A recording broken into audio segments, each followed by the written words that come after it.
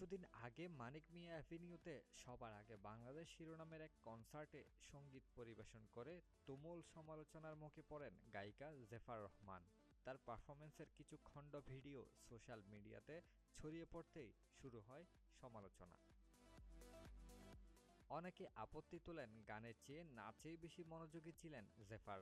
শুধু তাই নয়, কেউ কেউ তাকে অটোটিউন শিল্পী বলেও বিদ্রূপ করছেন। অবশেষে সেই সমালোচনার জবাব দিলেন জেফার। এক ফেসবুক স্ট্যাটাসে তিনি বলেন, নিউজগুলো দেখে মনে হচ্ছে আমি একাই নাচলাম কনসার্টে। আমার সঙ্গে লাখ লাখ মানুষ নাচল, গলা মিলিয়ে গানও গাইল। ওই ভিডিও কেন আপনাদের নিউজে নেই?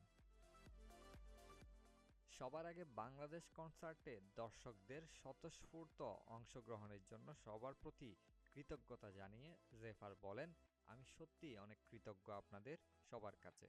সবার আগে বাংলাদেশ কনসার্টটি আমার জীবনে এখন পর্যন্ত সবচেয়ে বড় কনসার্ট ছিল। সামনে আরও অনেক কনসার্টে গান হবে এবং ভালো করে নাচও হবে আপনাদের সঙ্গে।